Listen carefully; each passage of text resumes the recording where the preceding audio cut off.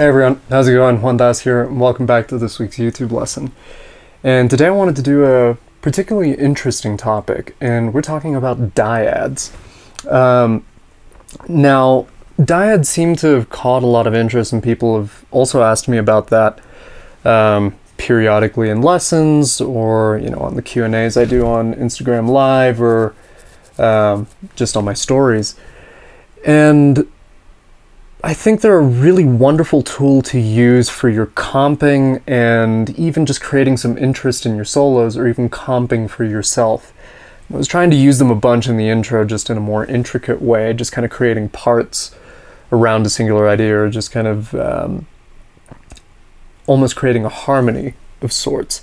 But really, they're much simpler than you might think, and I think the name is a little misleading, so I wanted to do this video just to kind of break that down.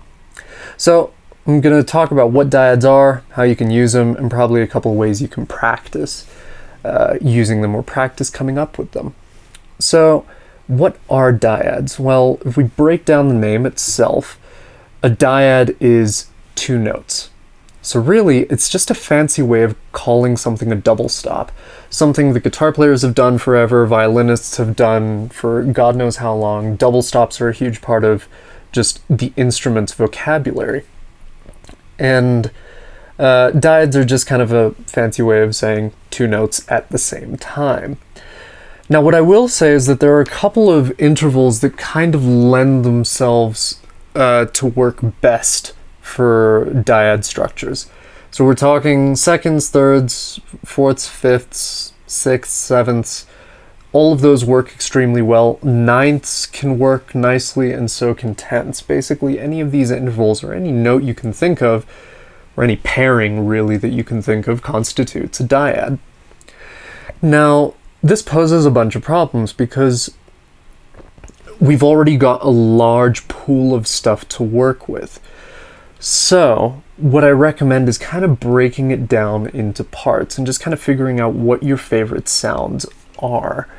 I find focusing on sixths, thirds, maybe fifths will actually cover a lot of your bases and can even extend further into your counterpoint stuff.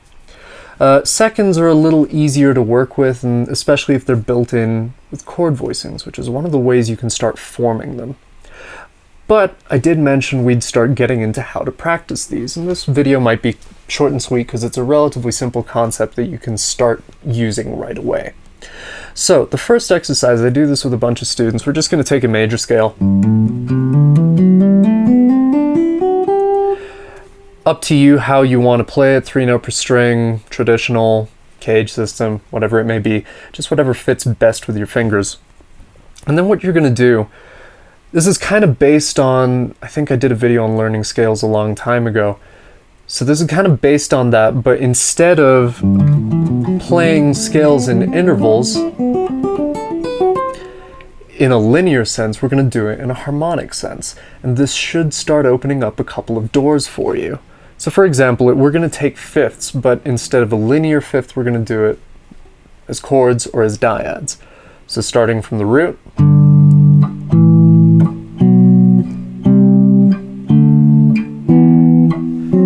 of a cool sound.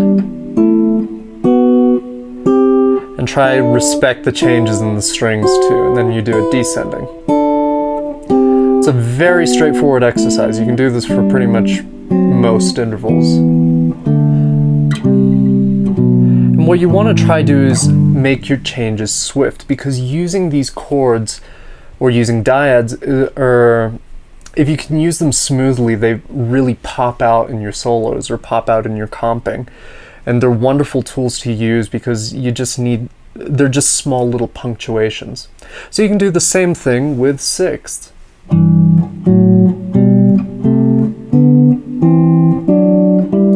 Trying to keep it smooth, much smoother in the second half.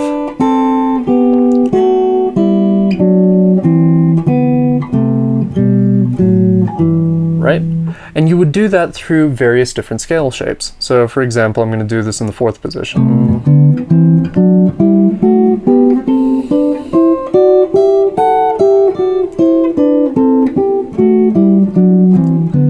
And after a while, you should start seeing a couple of patterns. Now really what you're starting to do, and really to get the most out of your dyads, it's recognizing a few little patterns that kind of make up the large majority of your fingerings. And from there you can start accessing notes, or rather harmonizing a top note. And that's essentially what this is. So in the traditional sense, taking this exercise and then moving it to, let's say, a more improvisational setting, you can start coming up with a few little ideas.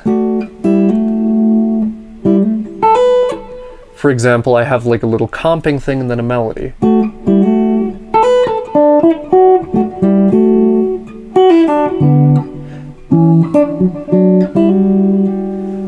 Sixth to seventh.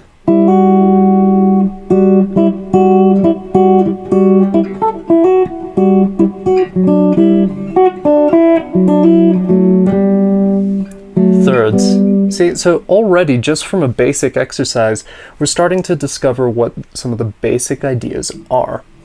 But let's say you want to do some more complex dyad ideas, stuff that gets out of the traditional sixth or third idea.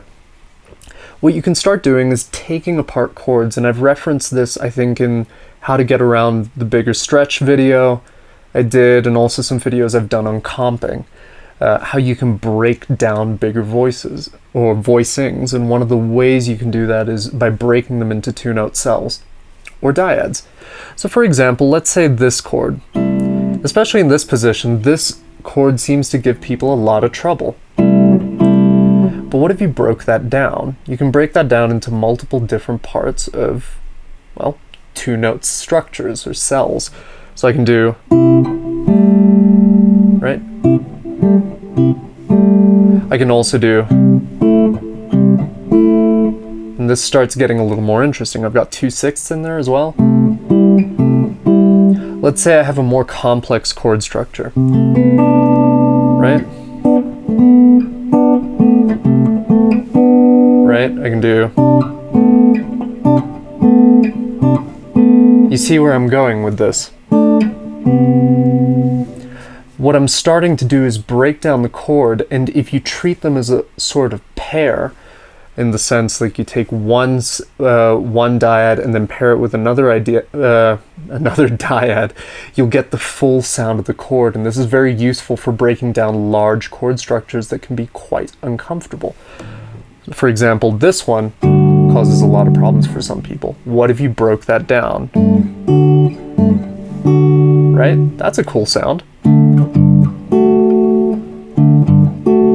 And so you end up with these little harmonic ideas, or these little pieces of harmonic language, which is another interesting topic to talk about. So, bottom line, when you start comping, let's take a standard, for example. Let's say take It Could Happen to You.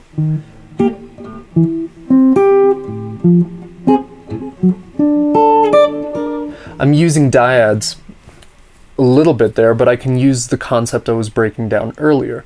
So we're going to take chords and kind of treat them as pairs, and this would be a nice way to practice them.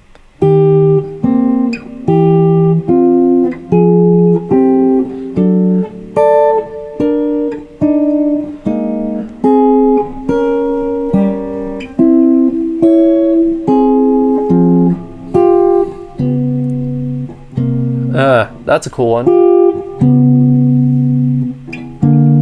Where was I going there? Yeah, that's a nice one. So there I'm breaking down this structure, right?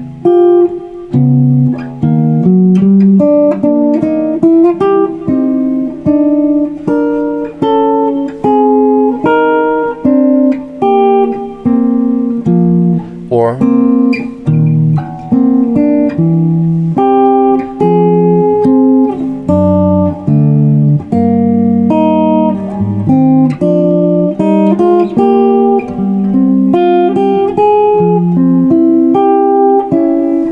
skipped a bit, but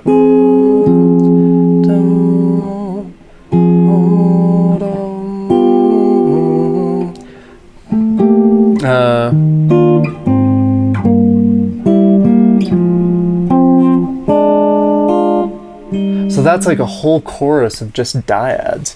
You see how, I mean, I'm obviously stretching the concept, and it's something that really is very simple. It doesn't need too much explanation. At its simplest, it's really just two notes, but the possibilities are endless. So, just to recap, a dyad is simply two notes played together at the same time. It's a fancy name for a double stop.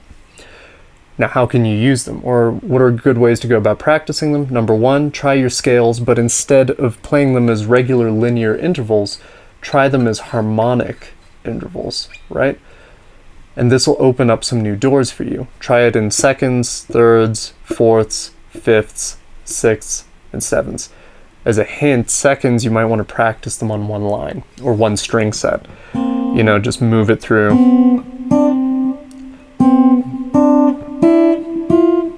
Just to see what your options are. The other way of practicing it is to take existing chord voicings that you have and just break them down into almost dyad pairs. Much like triad pairs, but we're using a chord voicing to start with. And then try practice that on a standard. Challenge yourself. Do a section of just dyads or a chorus of just dyads. Would I do an entire chorus of dyads? Probably not, to comp for somebody. But it's a nice tool to have at your disposal. So I hope you enjoyed this video. It's a little quick one. I'm going to jump onto Patreon and cover a little more in-depth stuff, and I will see you in the next video. Take care, guys.